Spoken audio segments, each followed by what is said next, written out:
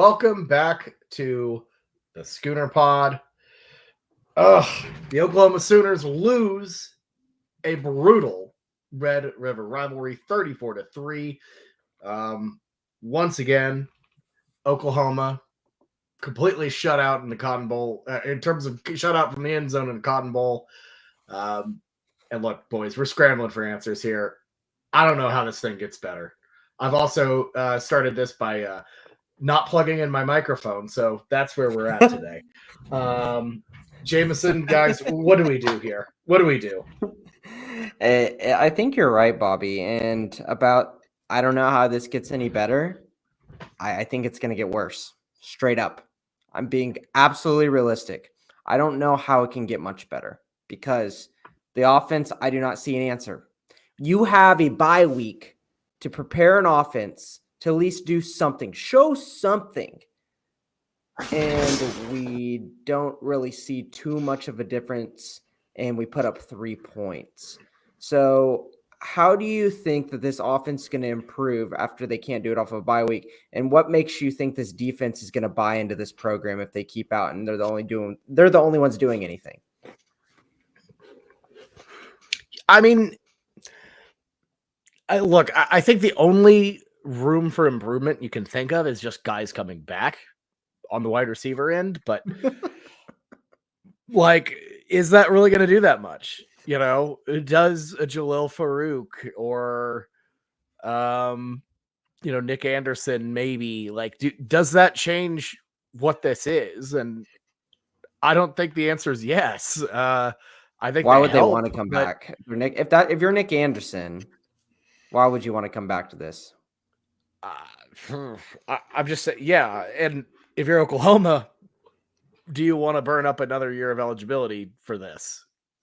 I don't know. If you're Brent Venables, you do want this to get fixed because this is not working. I don't think it's Brent's fault specifically. I think it's Brent's fault for making a horrible hire with Seth Luttrell.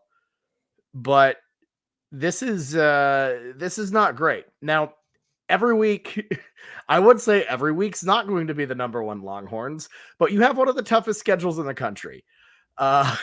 So that's pretty brutal. And in college football and all sports, especially football where you have so few games, things can spiral a little bit. So it's going to be hard to not imagine things getting bad. I don't know, boys. Are we firing Luttrell, Ty? You've been on his head for a while now. Are we firing him? I have, yeah, but this is not right. This is not the time. I know you're trying to egg a bit out of me, but this really isn't the time to. This is real conversation. I mean, I think it was the F word has been unlocked. The F word has been unlocked for that was the rule. I just want to. I want to declare that, unilaterally on the pod, the F word has been unlocked for Seth Luttrell. We could at least think about it. I don't think it'll happen. He is missing his top 5 wide receivers. The issue runs deeper than that, though. I do want to say, one, this is just completely out of left field, maybe controversial take. Getting embarrassed by Texas like we did when it's what everyone kind of expected honestly didn't feel as bad as the win against Auburn. That it kind of felt grosser after that game than I did after this one.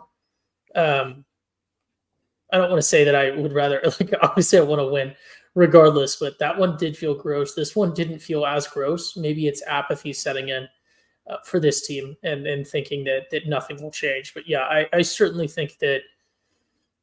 Right. I understand he has history at OU. His dad was a great OU player, even when we're talking about Seth Luttrell, but he never had the resume or the credentials to fill what should be a pretty elite offensive coordinator spot in the nation.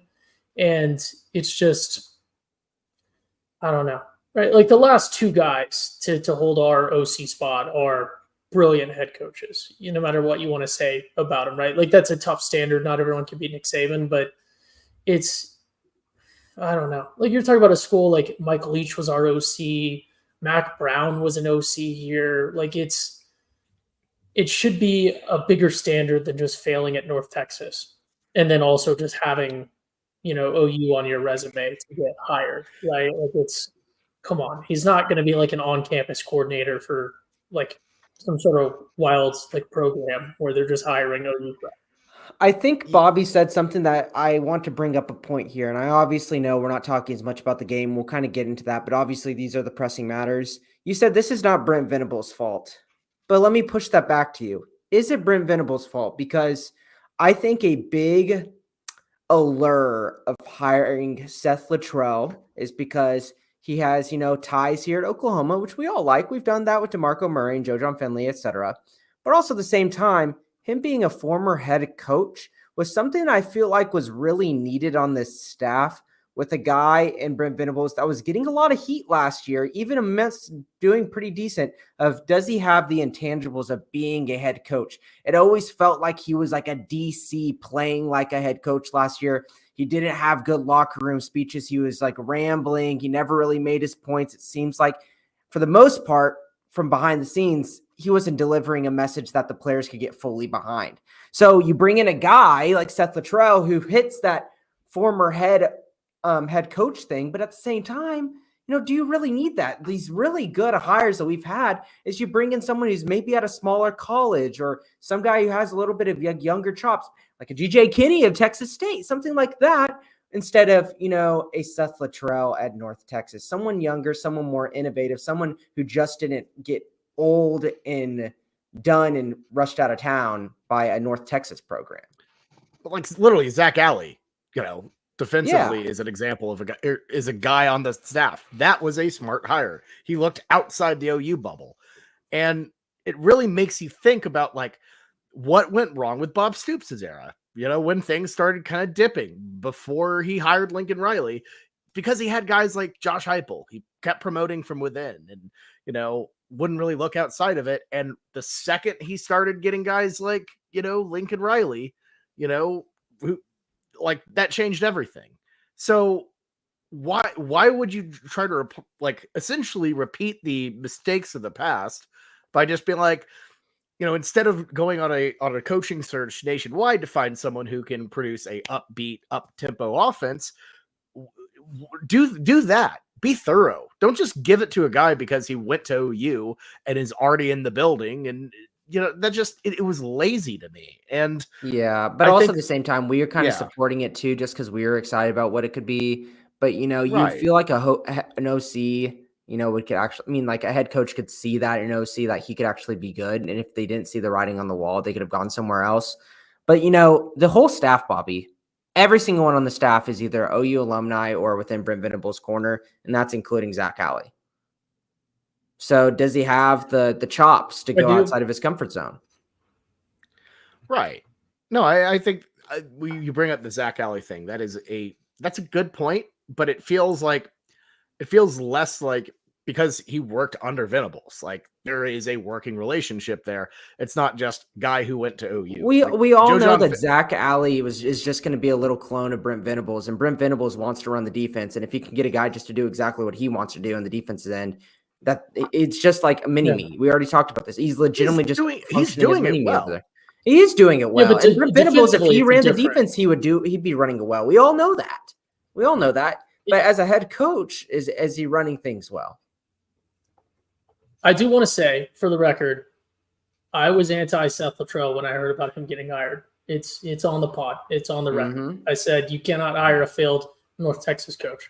But yeah, I do think it's a different, to Bobby's point, it is a different conversation defensively than offensively, because we've seen, especially in the current era of college football, and heck, we even see it at OU, and you see it at other places as well, that the head coach / hands-on coordinator-ish role is not necessarily one that spells disaster. There's a lot of teams that are very successful with a coach that also is I don't want to say heavy-handed, but very involved in their side of the ball that they know. So I do think there is a double standard there for what you need, obviously. It's one where you can have a Zach Alley, you can have a I don't want to say protege maybe, but an apprentice perhaps, that is assisting and filling in here and there when Venables can't be there and must fulfill head coach duties.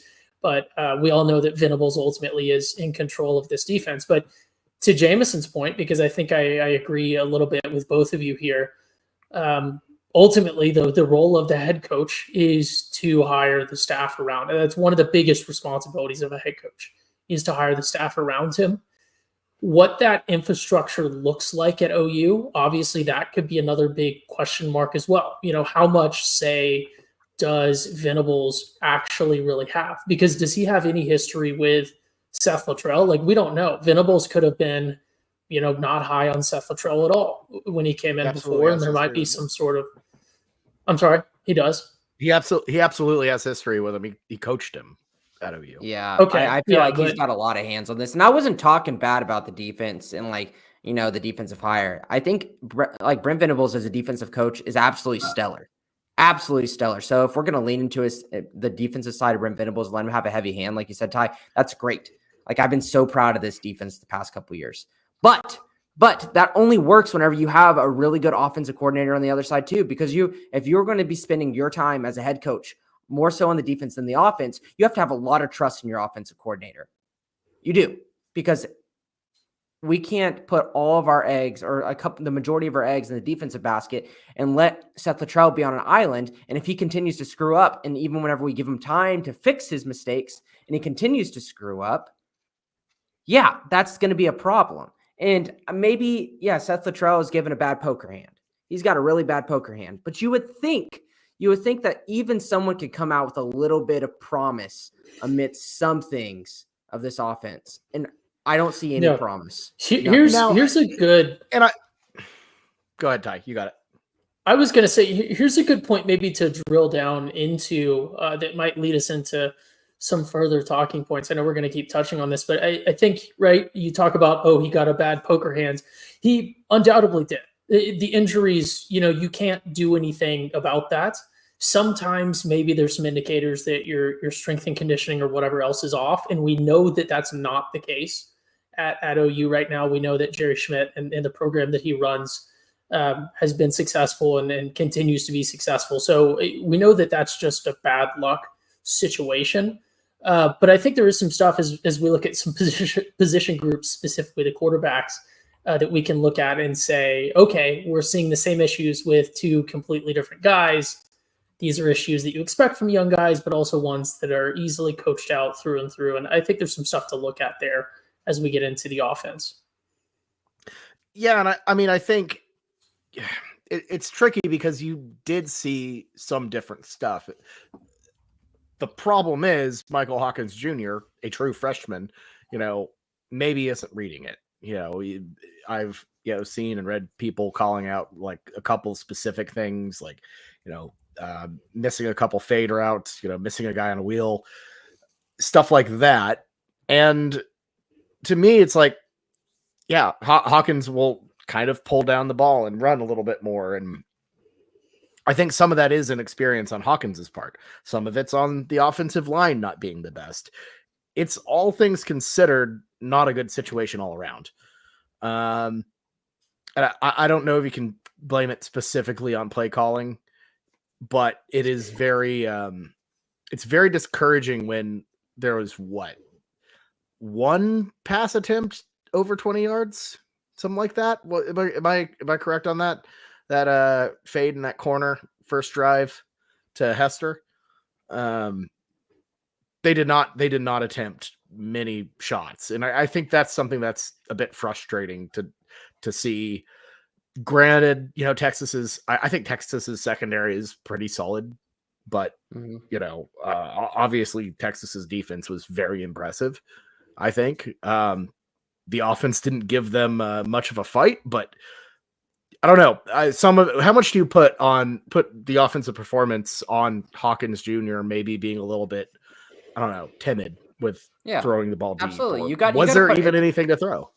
Yeah, and whenever I'm saying there's some things that I'm mad about Luttrell, I've been one to say let's look at the big picture and not find scapegoats. But obviously, I just don't see any upward trajectory. So that's why I'm going in on that. Obviously, Hawkins is not the the saint that everyone blew him up to be whenever he came in and showed something in the Tennessee game, right?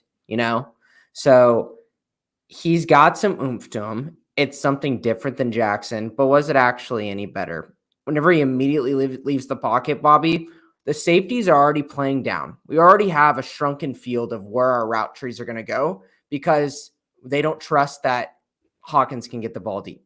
So we're only working in really small windows. If he doesn't sit in the pocket, or if the offensive line doesn't give him the time in the pocket, which I think the offensive line gave him decent, it was okay. It wasn't anything great. But if he immediately leaves the pocket, that once again cuts the field even farther in half. So if you say we're already taking away the deep right corner, the deep left corner, and all we have is like lower left, lower right, I'm just very simplistic terms here. If he rolls out right every time, where do we have? A little bit of the middle of the field, dangerous pass, and then the right sideline. There's not a lot of offenses that can do well if you're consistently doing that over and over. And Hawkins rolls out majority of the plays. So I of course it's not going to look good.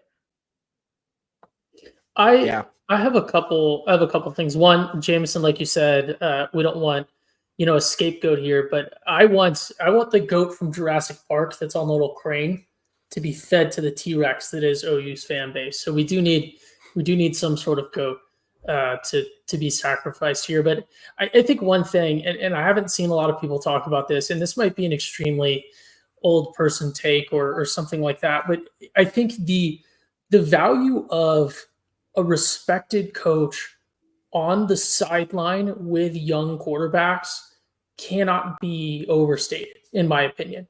You need, when you have a guy like Michael Hawkins Jr., and I made the same argument a little bit for Jackson Arnold, but when you have a guy like Michael Hawkins Jr. specifically, his dad went to OU. He grew up loving OU. He grew up watching this game. This is the biggest game of the year. He knows that. He's known that his entire life. And now here he is, a true freshman who didn't start the whole season. Going into this game, he's facing the number 1 Texas Longhorns. And he goes into this game, and he's going to be a true freshman. You need a guy on the sidelines. You need a coach on the sidelines who's respected and who can level with the quarterbacks. And when he goes out there and makes a bad read or, makes the wrong audible or whatever else, you can't just have that headset. You can't just have that phone. You need someone to grab him, like you see a coach, grab him, look him in the eyes, hold him, talk to him, calm him down. You just really coach, be there in the space with him, like you see all across the NFL and in college, right? Like it's that cannot, and I understand they have, like a GA with them and they have their iPad and they can look at whatever else, but I just think that personal connection, especially with a young quarterback, it'd be different if we had, if we had Dylan Gabriel again this year, not to rehash that, he was never going to stay. But if you have a guy with a ton of experience like that, it would be different. But it's when you have 2 young guys like we have, I think, there's tons of X's and O's points to be made. There's tons of everything else. But I think like our setup fundamentally, even if you're going to say Seth Luttrell needs more leash or whatever else, we need a quarterback. It can't be Seth Luttrell, OC, QB coach sitting in the box. It's like there needs to be someone down there. The backs have not been performing well this season, right? Like but a at passing least they game. have. Right. Yeah, but like the backs haven't been good this season, but at least they have DeMarco Murray down there, like with them. And can talk to him. I like the OC in the box though, Ty. I think if done correctly. Then you need an actual passing game coordinator, someone down there beyond like a GA, beyond an iPad. Like you can't you just can't read the kid on an iPad. And that's what you have. Not only that. That's why you have Casey Thompson. I'm not lying. Am I lying? Am I lying? That is exactly what we wanted Casey Thompson to be. That is why we got him in the portal. Do you think they respect Casey Thompson? No, like to have a guy who's been there can talk through things. That is why they wanted to get Casey Thompson. But doesn't that underlie the problem that instead of having an actual quarterback coach, you just get Casey Thompson? You know what I mean? Like, and here's my thing. But if you're Michael Hawkins, can I just say you're this better really than quick? Casey Thompson. Sure. Yeah. No, I get that. But can I just say this too is, I think the biggest issue, and I'm with you, Ty, there should probably be a former quarterback in the off, to coordinate the quarterbacks. Because for one, Joe John Finley isn't doing anything. Like that guy. He's done a really good job at developing his tight ends. So come on. Sure. But what Bauer Sharp, who No, who are you talking about? Like, I did. No, but that was complete sarcasm, I Bobby. know. If you didn't catch Yeah, that, I am I know. sorry. I Fair. scoffed maybe 3 times into the mic. I'm It's hoping that podcast people can hear that. fair enough. Sorry, Jameson, for No, it's misreading the okay. No, I've been the sarcasm. biggest hater on the tight end room since Joe John Finley's been at OU. So there's that. There's been no development. Sending Bauer Sharp to do like some lead blocking was awful. Like that, just You my like our thing is I just don't misdirection know plays any- that we were doing? That was the one big wrinkle that we wanted to add into this offense that I'll give Seth Luttrell some credit. He did something different, at least, in his misdirection runs. What do you think of those? I mean, I don't know. I don't get it. What did you think of him, Jameson? I think there are some times where we got a couple yards and Javonte Barnes did something. Then there are some times where I could tell we still were working on it and there were some wrinkles and we missed like one little step in motion and the timing is off and you'd get in 2nd and 12. So that's just what happens whenever you try to put into a new system. And it's hard. I really get it. Seth Luttrell having to switch a Jackson Arnold system to a Michael Hawkins system in the middle of the season is hard. I said, you'd have a week to do it, but this is a very, very big job that most people take off seasons to do. I understand that, but I still would have liked to have seen a little bit more than what I saw. I saw a couple of things and putting some duct tape over some big cracks in the wall. Yeah. I mean, it was just not, it was uninspiring more than anything. Just really, really uninspiring. It's like, and I want to bring this topic up because I know this has been a hot topic right now, and I know this is once again not talking about the game, but screw it, where this is legitimately what people want to talk about. Did we make a mistake benching Jackson Arnold? This is not a Hawkins thing versus Arnold thing. Put that out. Did we make a mistake benching him? I personally don't think so. They would have 3 losses by now if Arnold played against Auburn. I truly think that. How do you know that? I'm not saying I know that. I said I think that. Hawkins led 2 touchdown drives in that game. Yeah, and one of them like through the ground. You know, I will say like that touchdown doesn't happen if Jackson Arnold runs the exact same play. Obviously, and some of that might be surprise, but to me, I feel like Hawkins gives you that mobility where you can kind of, offset some of the problems. And Arnold, to me, and also 0 turnovers. Do I really trust Jackson Arnold to go out there and pitch a perfect game in terms of not turning the ball over? I really don't. So I think, to me, Arnold would not have won that Auburn game. I also don't think Arnold would have been much better against Texas. I could be wrong. Maybe that's a better fit. I don't know, but I genuinely do not think he would have done much better. I don't think quarterbacking is specifically the problem. I think it's not great right now. I think you have a true freshman that isn't perfect, but Jackson Arnold, I don't feel like is the answer. I could be wrong, but do you have a different opinion, Ty? Yes, I do. Completely different. Here's the situation that we're in, and I'll explain this metaphor if we have any, like Mizzou fans who are listening that wouldn't understand this. But we have 2 tools and we have one job to do. We have a Phillips screwdriver, which for Mizzou fans is the one that looks like this, and then we have a flathead screwdriver, and we're using both of them to try to hammer screws into wood. So it's like, it doesn't really matter which one we put in. We're going to get the same results because while they are different, they're 2 different kinds of screwdrivers. We're using them to try to hammer things, which is not what they're for.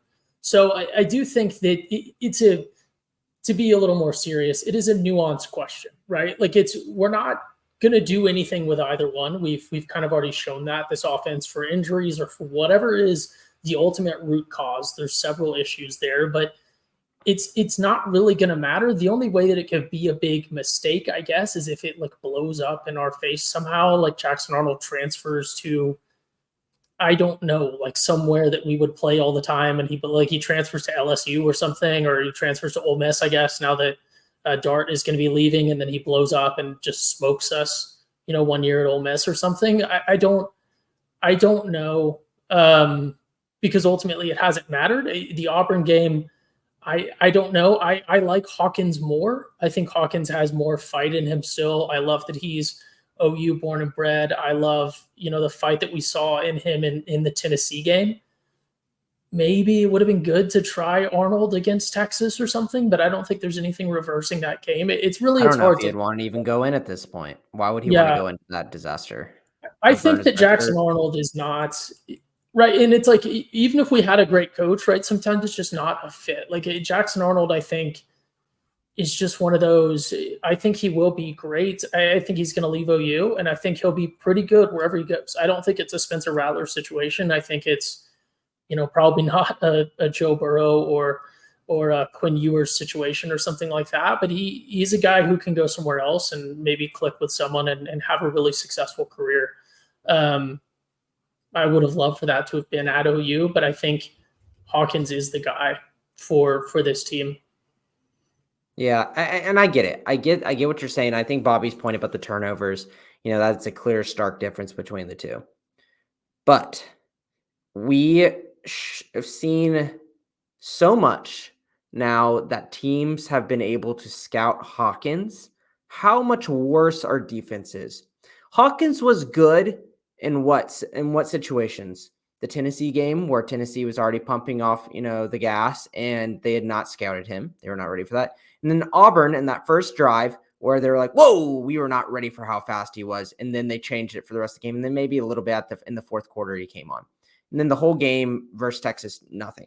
So for the vast majority of the time that defenses have had the time to scout Hawkins, they've shown that he's had some deficiencies. Of course he has deficiencies. Like we said, he's a true freshman. But Jackson Arnold, although he makes more mistakes, he gives us a higher ceiling, and we need ceiling right now. We have a very, very low ceiling with Hawkins as the quarterback, in my opinion. If you want to play it safe, if you're just going for 6 wins and all you want to do is just steal one or beat South Carolina, I get it. Go for Hawkins. I think that maybe this defense could win us one of those games. But if you want to show a little bit better, I think you need to go get Jackson Arnold this next week, have a sit down message with him like families, like his agent, whoever who's in his corner, and just definitive. Are you going to want to play quarterback for Oklahoma this season? We made a mistake. We were wrong. We made too rash of decision. Or do you want to move on? We'll support you no matter what. That is what I would do. It is okay to make mistakes. We screwed up. So let me get this straight. You want to try to go back to Jackson Arnold, a well that might already be poisoned, as admitted yourself, to potentially poison another well with Hawkins Jr. I do not think it'd be poisoning Hawkins. Hawkins' brother's coming next year. No, he's a true freshman. Yeah, if you think that he comes in, he's gotten his play in here, and just like, hey, Hawkins, dude, you've been great. We love you. We see a future in you right now. We're just going to kick the tires back on. It's not going to poison Hawkins. He's got a good head and shoulder. He's a competitor. He'll understand. I mean, maybe. To me, he'll be mad. He'll be mad deep down, but as a true freshman, come on now. Like this, and he's an OU legacy. We talk about this stuff. Right. I think you take that shot with Jackson Arnold. We need ceiling play. We need ceiling. Hawkins is not a ceiling play, and you cannot convince me otherwise. But the potential downside of your strategy, Jameson, is we slap an OU legacy whose dad was great and whose brother's coming here. It's a damn privilege that he even got in this season. If this blows up in your face, right? Never happened to begin Arnold with. still leaves. Arnold still leaves because he's not getting coached and developed, and anyone with a brain can see that. We put him in, we get a higher ceiling, and then we sour both wells, and then we look like absolute fools for not even standing by our people. Do you think Hawkins is the future quarterback of this team? What's that, Jameson? I'm sorry. Do you think Hawkins is the future quarterback of this team for the next 2 years? Or do we go in the portal and get somebody? I think he has more potential than Jackson Arnold does. Yeah, so what I'm trying to say is we're saying making the risk of possibly spoiling Hawkins, which I see why you're worried about that there, but I will like to counterpoint and think that I think it'll be okay. But do you feel like you need to make an investment in the future at this point? This So season is a dud, and I think that keeping Arnold's our best play here. Okay, so what happens when you send out Jackson Arnold against South Carolina? He throws 2 picks in the first half. You support him, you stick with it, you s- normalize mistakes, and you let them grow. You You don't just normalize immediately mistakes quick by trigger a making guy that you another spent the mistake whole again. offseason. You spent the whole offseason grooming this guy to be your quarterback, and then as soon as he goes out in a hard environment and makes a half worth of mistakes, and then we turn on him. Sure, but now you're turning on Michael Hawkins for We're having a not turning lackluster on performance. Hawkins. That is not the verbiage.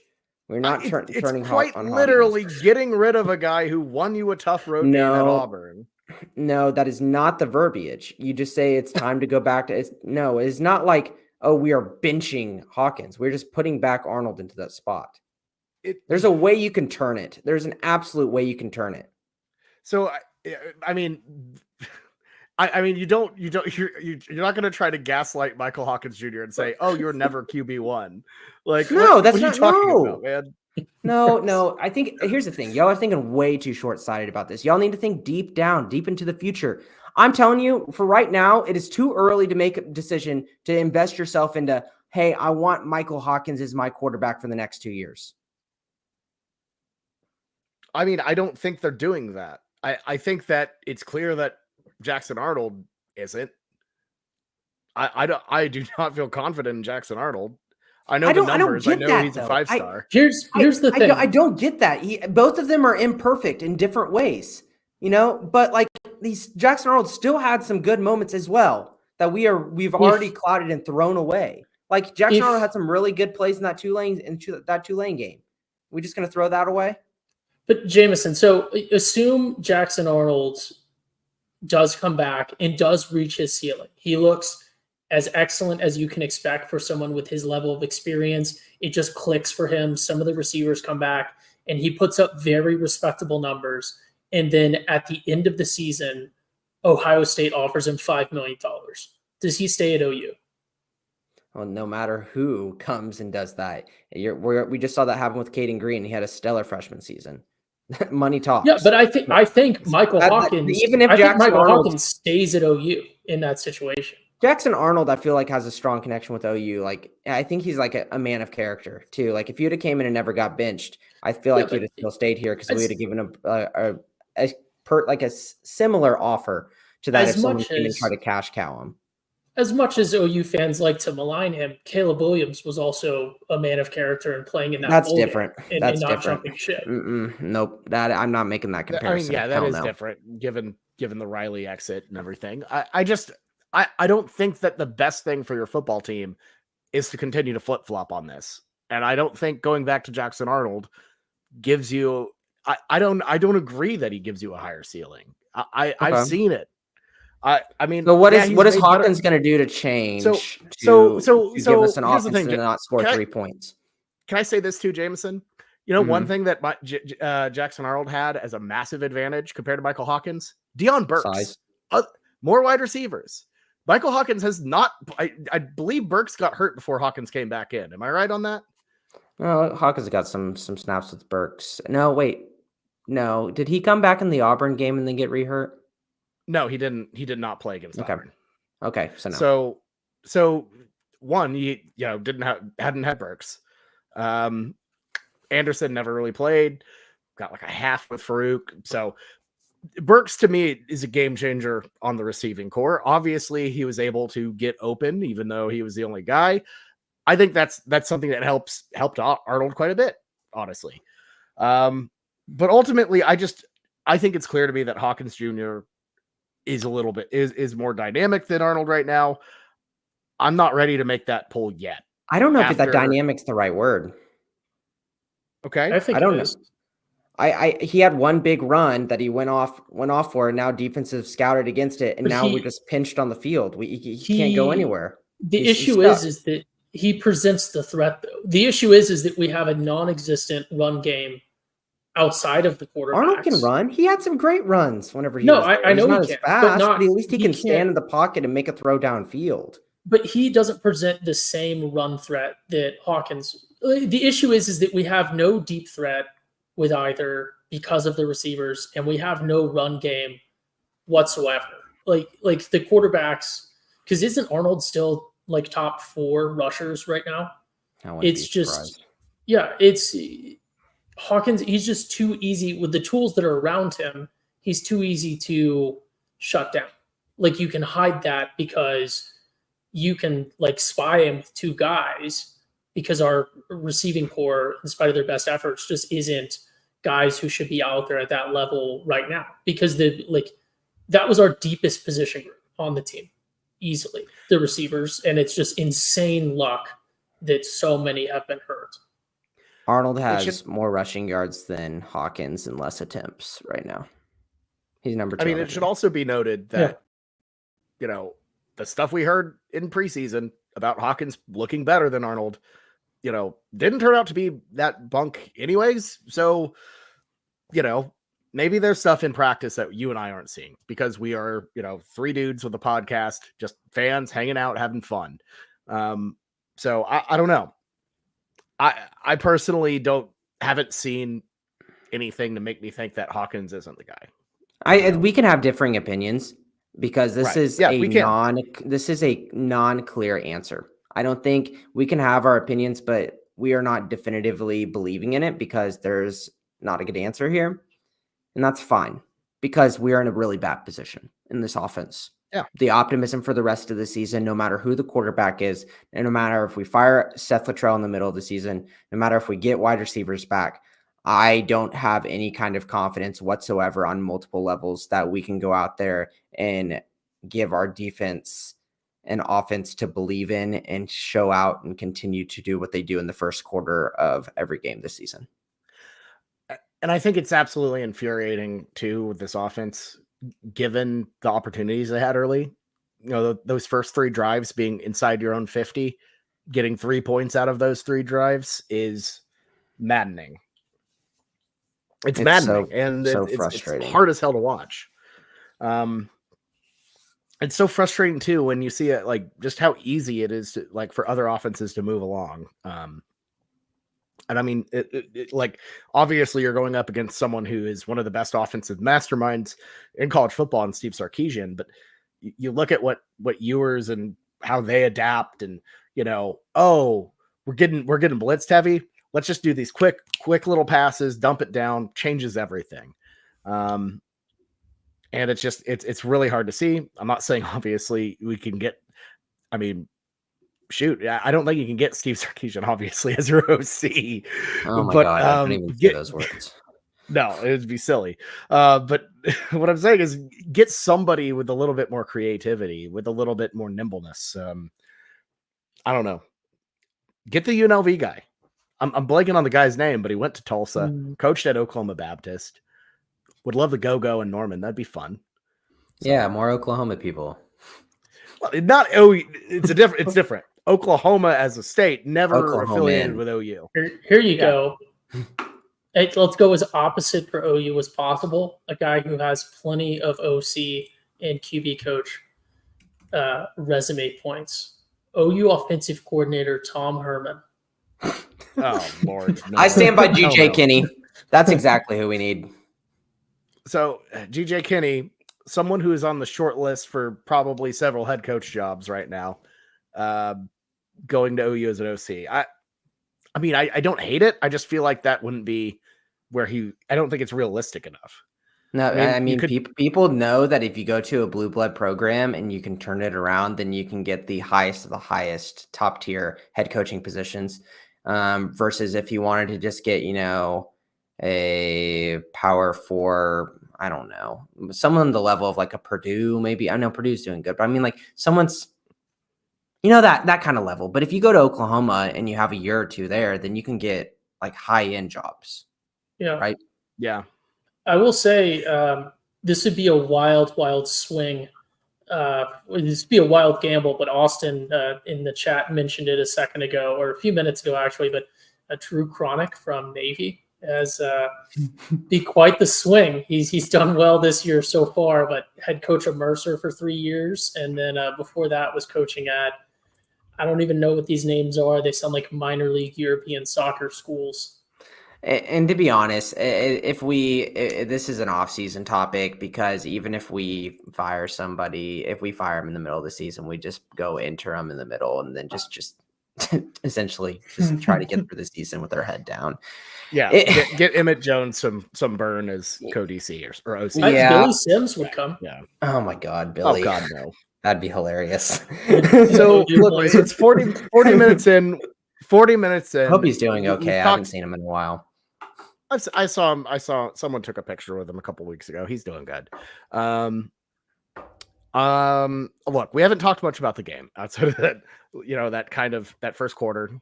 Screw it. I don't want to talk about the game. I mean, we have to talk about the game just a little bit. We can't only be talking about the OC hire. Like that can't be the rest of the season. Is just yapping on about. I know. Overall circumstances. Offense not good.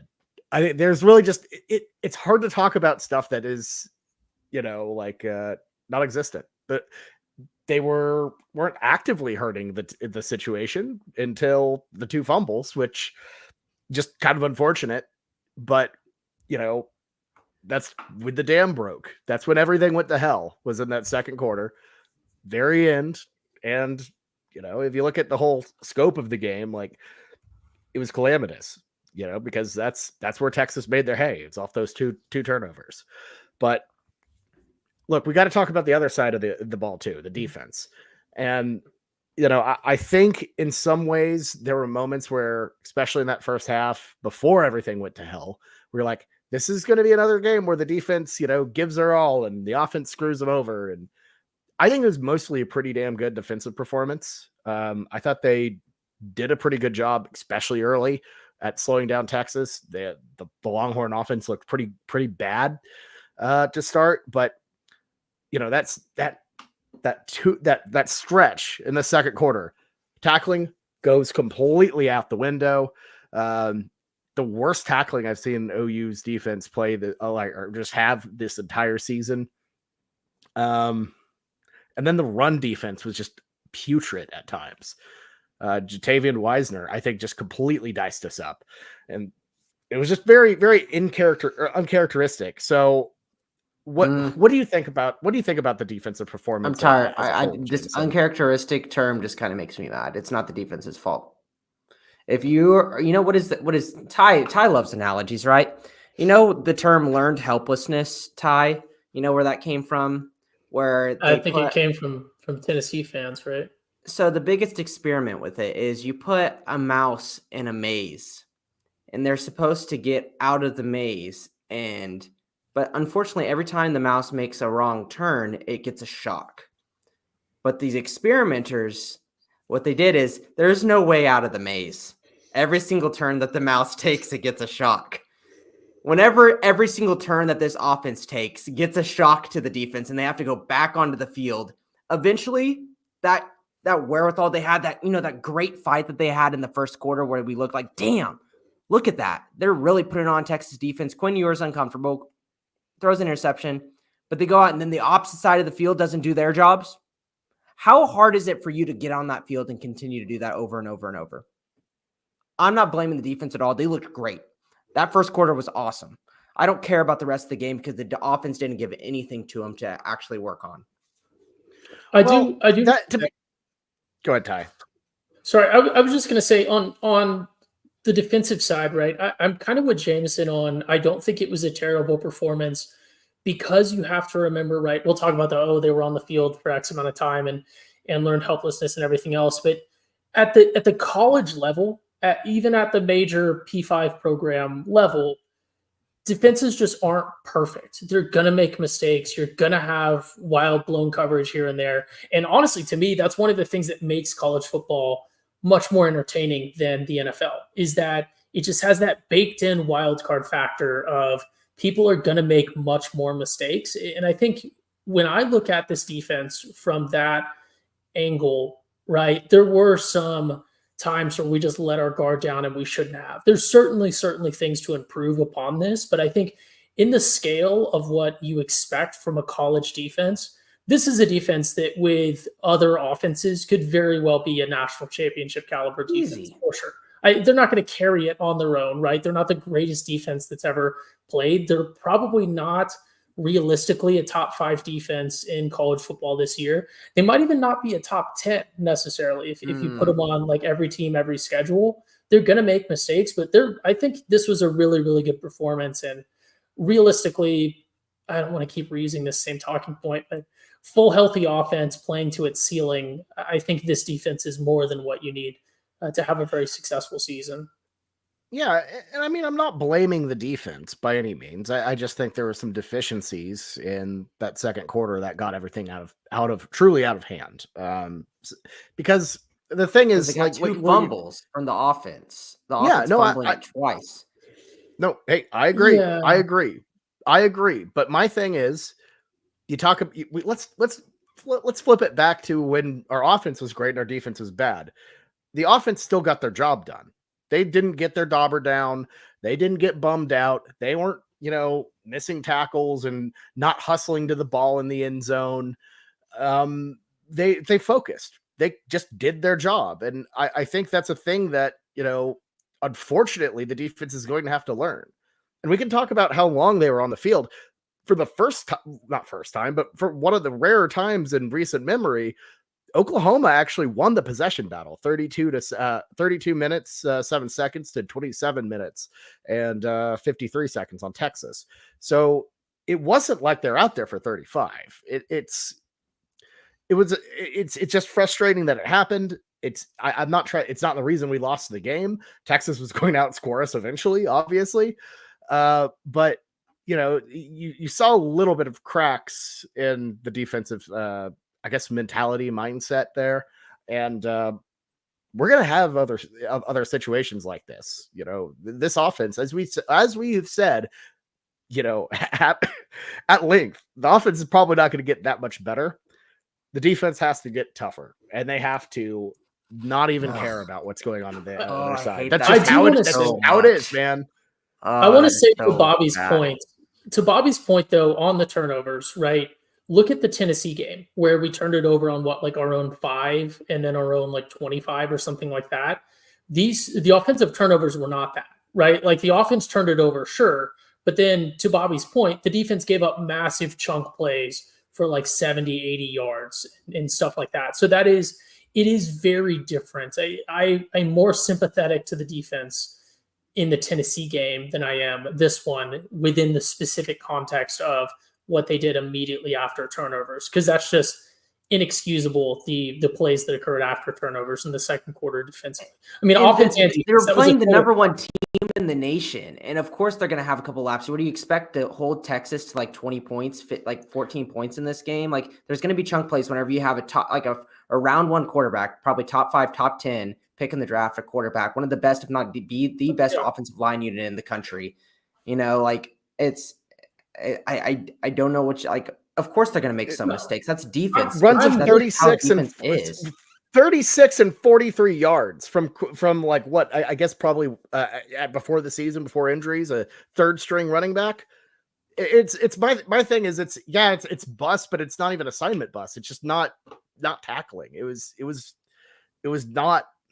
just not good. It's not that's going to happen. You're going to take the bet. You're going to look at Ohio State's defense. They had a good offense this last game. They play a really good team in Oregon, and Oregon's going to go put up points. Good teams score points. Good teams go out there and make plays. Yeah. They're going to be big plays. You can't be completely perfect and not give up these things. This is just part of the equation.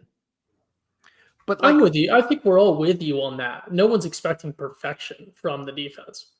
It was just uncharacteristic that Texas's probably weakest point, being the running game, was really the thing that threw the nail in the coffin for the Sooners. A physical running back versus a team that was, for the most part, kind of probably down and out. They were down 7-0. Or sorry, 7-3. It was a 4-point ball. If I was a defender on the team, even if the thought goes into my head of, oh God, here we go again. I'm going to have to go through another dogfight that I've done for the past 2 games. That it's just all on me, the defense. And if we don't get a KIP 6, we're screwed. That thought's going to go through my head after missed field goal and 3 and out, and then field goal with short field. I But like And that's mentally, going to shouldn't you change be the tougher mindset. than that in the second but they quarter? have No. That there is was like a You don't think there's minute. nothing you so? can do about that. There was like a No, minute they're 30 going to left. try to push through it. That's going to be hard. I'm telling you, you can't be like, how dare you, defense? You didn't change your mind whenever you were out there and your offense wasn't backing you up. Like that is an unconscious thought. Like No, I get think out of here. you guys aren't one, there was like a minute 30 left. It was very reasonable that you could have just drug your feet and stopped them. But I think not enough credit in those two turnovers. I think there's not enough credit to Sark's scheming there, right? Like that wasn't their RB1. And it wasn't a time where you would be expecting, because of the time on the clock and because it was about to be halftime, that they would just do some runs like they did, right? The second time, fool me once, fool me twice situation. But I think a lot of credit has to be given to Texas, seeing whatever they saw and dialing up what they did. I think that was super unique and really, right. It was absolutely a Monday morning showing up to work, don't want to be there performance from the defense that needs to be fixed. But I think, again, college level defense and everything else, a lot of credit needs to be given to Texas for dialing up some bold stuff that they clearly saw up in the booth and in their schemes and other game plans as well that worked out for them. I mean, yeah, I heard what you said, Jameson. They are 19 and 20-year-olds. I totally agree. But, in some cases, they're older than that, and not only that, but that's kind of what you have to do if you're OU's defense. It's unfortunate that you have to step up and weather the storm, but that's how you have to have success. And it's not the same though as the past where like the offense weathered the defensive storm, because you can just go out there and sling it as an offense. As a defense is a hard nose. You take your lunch pail, you go to work. That is hard to do that over and over. Right. No, I get it. It's, I don't know. We don't need to argue in circles on this one. I just feel like I'm very proud of our defense. I don't have any concerns. I think they're doing great. I just think that they need some backup. I'm not going to critique this defense at all. I have no room to critique this defense. Not a single critique. Not one little critique. Okay. No, they are very beautiful to me. There's we're going to give them you're right, James. We should have given them a pat on the back and a big old I'm not giving them an A+ them. in the report card, Bobby. I'm not giving them an A+, but I'm not going to. Sounds like you have critiques. I'm not going to critique them because they don't need the. It's not an A+. They don't need the critique. Do they get curved up to an A+ though when we look at the class average factor? Now that's a good way to look at it. Now that's a really good way to look at it. Now that's something I can agree on. No, but I do think that is I've made I think a good point there for OU fans' perspectives though. We have this offense that is abysmal, that is sort of curving expectations, and then we have this history of just atrocious defenses that also, I think, maybe gives OU fans a little bit of a misunderstanding what defense is and what this defense is. Defense is different than offense, right? Good defense wins championships, sure. But a great offense can win you games. A great defense can't always win you games, and we're seeing that this year. And I think there's a lot of OU fans that maybe feel that this defense is this amazing defense, one of the best they've ever seen at OU in a while, and should be winning games for us. When I think, to both of your points, it obviously has room to improve, but this was a good defensive performance against the caliber of team that we faced. And I think OU fans just maybe sometimes have a hard time understanding, the greater context of what this defense actually is and what to expect from a good defense in terms of, can it win you games like this or not? I gotta say as well too with the defense, like there were a couple really strong, heroic, I think, performances. I thought Eli Bowen was excellent. Like that dude's a dog. To go out there as a true freshman and perform like that is really impressive. And yeah, I thought it was overall did a really damn good job, guarding their wide receivers too. Like, Gunnar Helm really got us, and who's a really damn good tight end. I feel like we didn't really talk much about him. He's also very good. But, you look like the wide receivers and the job they did. Isaiah Bond was this guy that every single OU and Texas thing we're talking about in every single preview, 5 yards. That's it. One catch, 5 yards. One catch. And like Eli Bowen, I thought did an absolutely great job. Matthew Golden, 1 catch, 23 yards. DJ Moore, their upcoming guy. DJ Moore, same thing. 3 catches, 25 yards. this is really damn good. They got points. I understand it. And they went at us in the run game. And Weisner just kind of chipped away at us. But big picture is there's some good things to take from this from the defense. Can I also say I think that Texas's offense isn't God's gift to mankind? Like I think it was pretty good. I think it's not like some upper tier great offense, but that's what I think it looks like whenever you can ride the backs of a really damn good offensive line. It is the most important position offense and probably all of football, honestly, for college football, the offensive line. I know there's a debate there, but just the offensive line as a unit, comparative to the defensive line, the linebackers, safeties, cornerbacks, quarterback, running back, wide receiver, tight end. I think offensive line is the most important position group. And they have an absolutely stellar offensive line that go together well. They've been doing it together for a while and can really open up a guy like Weisner in a game like this and make him look like an absolute stud. I'll also say this too with that O-line is 1 sack. That's big time. And that I think was one of the things OU really needed to do is, put the pressure on yours, turn the screws a bit. And, outside of like the first couple drives, they weren't able to do that because one, I think the scheming, what Sark did, with those little short passes, not going too deep with it was really brilliant. And I also think the O-line did a really good job of keeping OU at bay with, making the blitzes not that effective. The D-line I thought was pretty solid. I thought the D-line actually was really, really solid, in fact. But when you aren't getting sacks, when you're not creating as much pressure as you'd like on Ewers, I think that is a game changer for sure. Yeah. And I think it does need to be said, and this sort of bleeds into everything that we talked about for a little bit. And this is going to sound a bit like a bit coming from me, but this could have been a very different game that we're evaluating had Ewers hit those 2 wide open guys on their first couple, in the first quarter. We had 2 third down stops. It may have been the very first 2. If not, it was the first and the third, where they had a wide open guy 15 yards down the middle. There was not an OU player within 10 yards of him. He threw it a little bit behind him. Straight up missed the pass both times. And those could have been touchdowns. If not, would have been conversions that probably would have turned into touchdowns. So the first quarter very easily could have been 14-0, and we'd be talking about a very different game pacing wise. So there is some, and again, that's college football. That's not a Quinn Ewers thing. That goes to the defensive thing that I was talking about earlier. You're going to see mistakes. That's one of the things that makes it so fun and unpredictable is that higher percentage of mistakes, at least in my opinion. But that does have to be factored in. That was OU had dialed up some great schemes that had worked really well in those drives. And then Texas had some great third down play calls. If you're just evaluating the play calls and looking at, is this guy open, is he not? Regardless of the quarterback play, those were makeable conversions that Quinn Ewers just didn't make for whatever reason, rustiness, not that guy, whatever it is. And that does certainly change the trajectory of the game for sure when we're talking about the OU defense. And I think that maybe goes to Bobby's point overall about the defense a little bit there is I don't know that this was a super, super perfect performance. Certainly not one that you can find no criticisms with.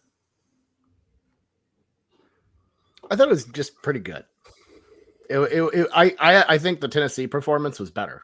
That's not a shock by any means, but I think the flaws that they showed were because of bad positioning, and of course, Texas being a stellar offensive team. So I don't know. It's tricky.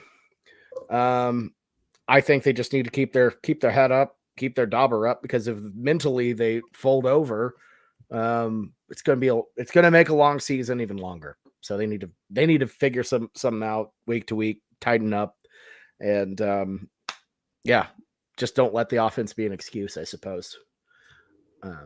But anyways, thoughts on special teams, boys. Go ahead. Bench Keltner. I was gonna say maybe solves defense and offense. Ole Miss has a set where they let the D linemen run the ball. Maybe we can do that. Maybe we can get some of the defensive players to play more offense. But yeah, special teams, nothing too special there, I suppose. Oh god. I thought Luke Elzinga was great. Mm-hmm. Yeah, that was good. I'm very proud of him. Good on. He gets Put he in gets the Schmidt. ball. I've been ready for it. See, like, I Okay. don't know. Tough luck. I don't care about your appendix. It's gone now, so you're Damn. gone. Damn, man. Put in Schmidt. You're like, I like my kickers with full appendix, with an appendix. There you go. Kick All right. a burrito, Any final lose thoughts? your kicking skills, lose your appendix. You know, who knows? Oh, okay. Okay. So, final thoughts on OU Texas before we move on. It was a shame.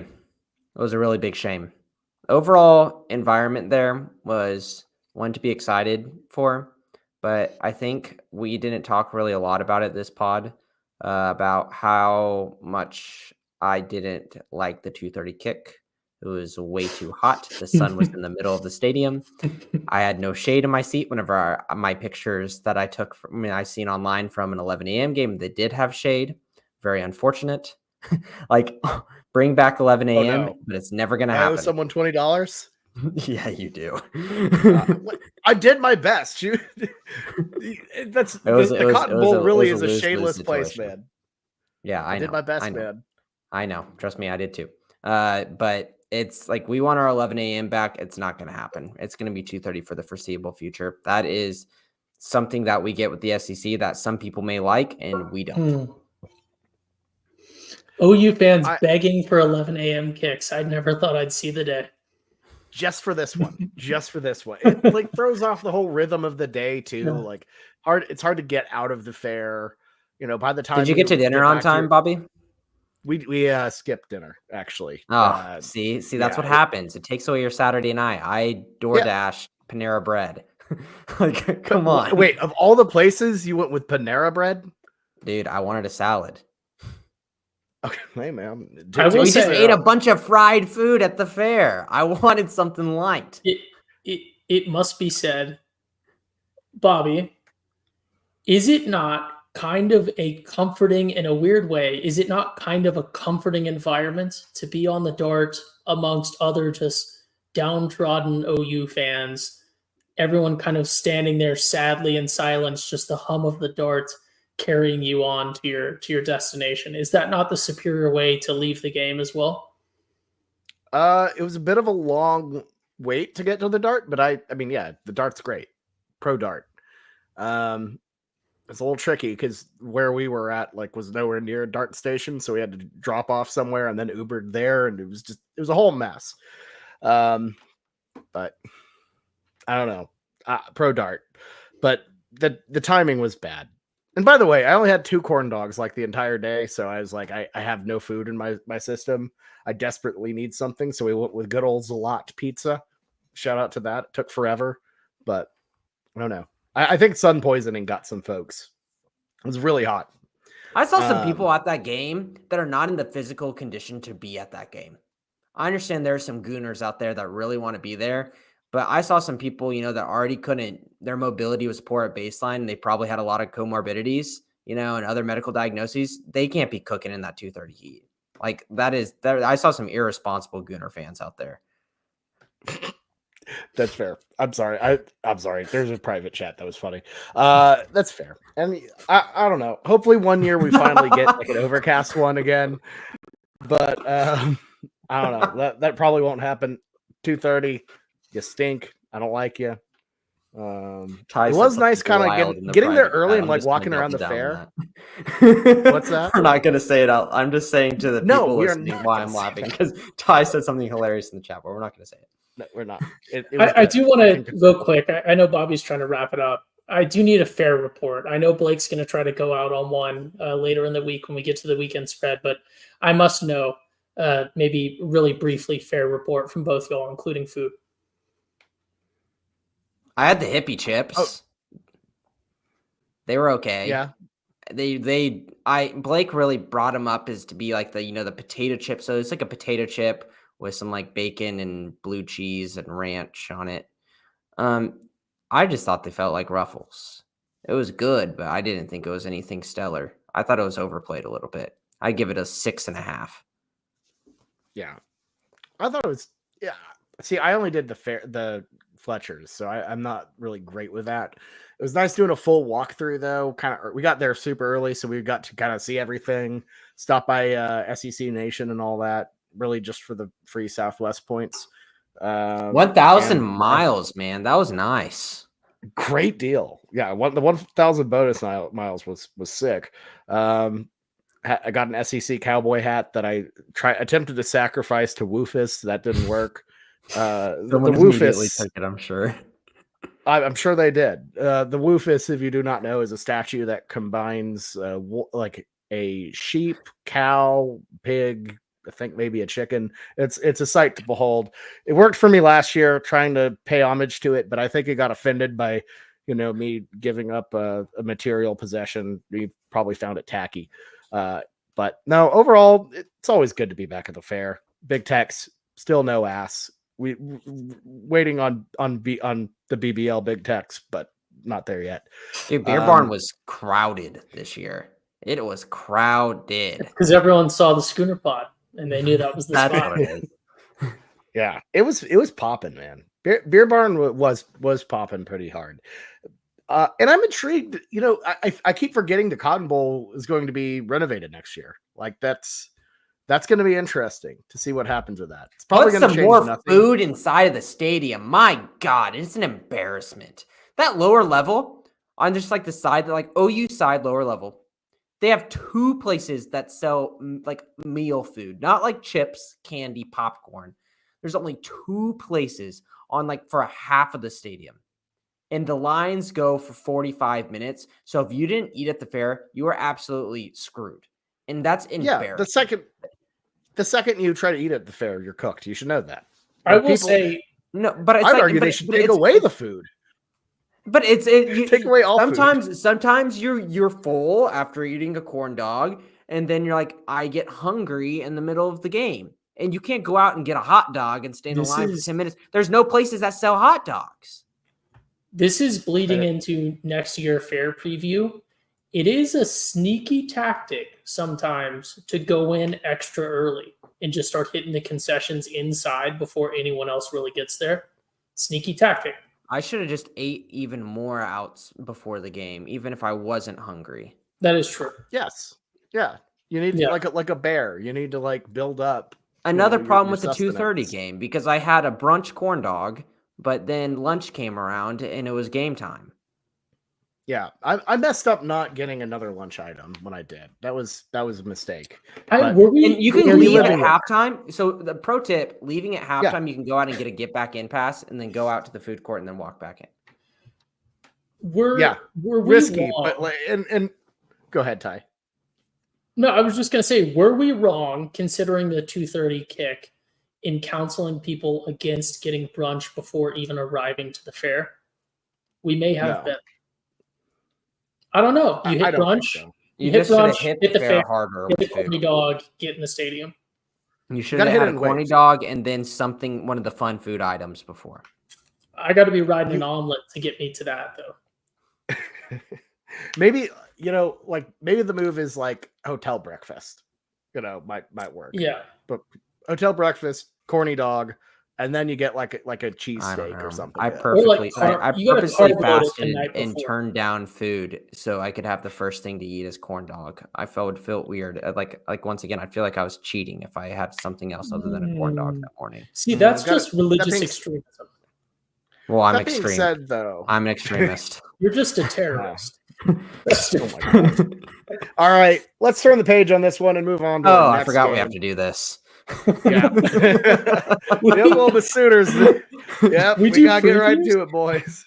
Damn Oklahoma Sooners hosting the South Carolina Gamecocks this Saturday. Sooners, obviously. Oh, there's Jameson. He's gone. Jameson left.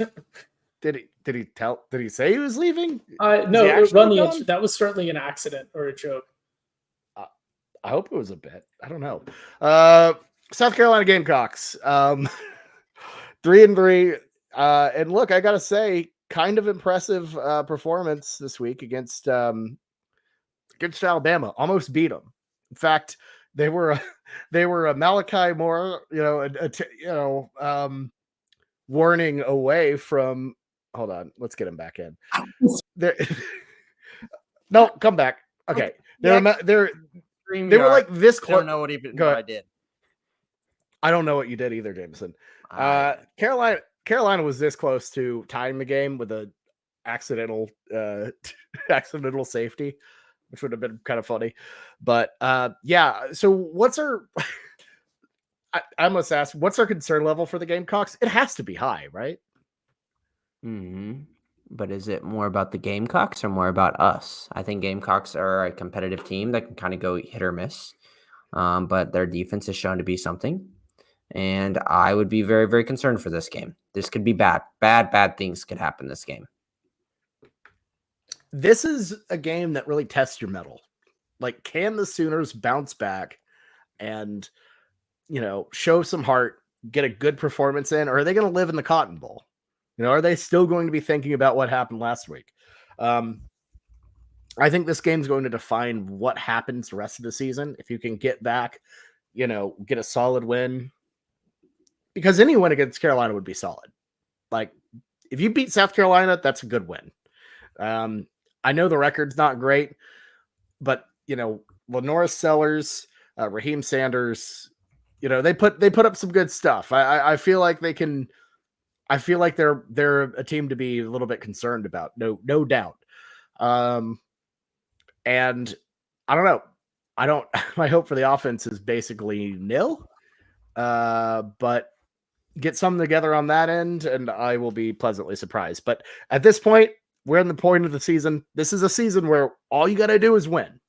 Just win every game you can, because there ain't a bad win out there except for. This is why you listen to us. We bring the hot because takes. Of valued takes like win game. We need to win this game because I don't know if we're going to win anything else other than Maine. And if you want to make it to a bowl, I think we have two very winnable games outside of this one left on our schedule. Tell me the two. Guess Missouri. No, Mizzou. Well, Mizzou possibly. That's a coin flip. Bama, we're going to smoke Bama.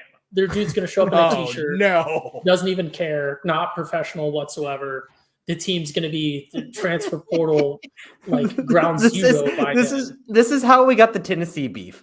This is no. Bama fans and I are in. We're already in. We're in there tight. Once again, this is Ty acting like I am He's like I am also on your side. No, this is different. I actually think he's right. Kalen DeBall not knower is not that guy. This is. Bama needs to throw the bag at Urban if they can't get Saban to come back or something, because this guy is not. He's not that guy, and he's going to run them into the ground. If he's still there, Bama might lose to everyone else on their schedule at this point. But all jokes aside, South Carolina is a legit team.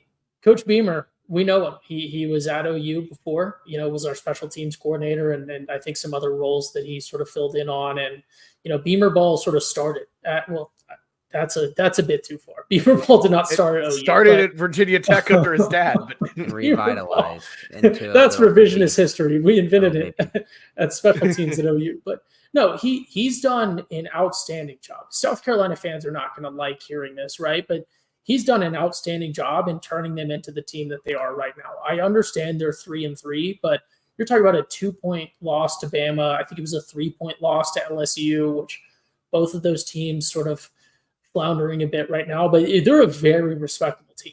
Anyone on their schedule, I think they play us, they play A&M, Vandy, Mizzou, Wofford, and then Clemson next. Everyone on their schedule should be afraid of them still. This is not I almost want to compare them to like what Iowa State was under Matt Campbell a few years ago in the Big 12 when he had Purdy and what was his name? The running back, the good running back. No, you can't say Lenore Sellers, Brock Purdy, and Breece Hall. I was thinking of Breece Hall. But it's right. They're a team that could beat anyone on their schedule. They probably won't. Yeah, they probably won't. But if maybe like a West Virginia in that game, I don't know. I think they're much better than West Virginia's been. If you're doing a Big 12 parallel. I think West Virginia, they have No, a this crappy year, running like, quarterback I mean, that still has year deficiencies, and their defense is pretty good. not necessarily like a one-to-one comp for them, but just the role they fill, right? If you let them stay in a game, they will stay dangerous. And what worries me is that OU is not Bama or LSU in our ability to have the offense come and shut down a game that gets scary when it gets scary. We don't have what's his name, Nussmeier, to throw a TD in OT against Ole Miss at home. We don't have Jaden Milroe to go out there and show little sparks of greatness. And who's that amazing wide receiver at Bama as well? Like, this is a scary game for OU. The really big thing to watch out for with South Carolina moving forward is their pass rush. Gotten a lot of talk from Dylan Stewart, their true freshman, obviously with the finger gun celebrations, but he's been good. Debo Williams at the linebacking position, he's a really good. What did I say? Finger guns? Is that the word I said? Yeah, you said finger guns. It was definitely. But that just implies something. It's like a little more. Sorry, with his hand signaling a gun. Sorry, I should have not done finger guns. I don't know. His gun celebration. But Kane Proctor came out, offensive tackle Alabama, saying that's some of the best edge rushers we've seen. They are going to put our offensive line in some problems, and that defense is not going to be a joke.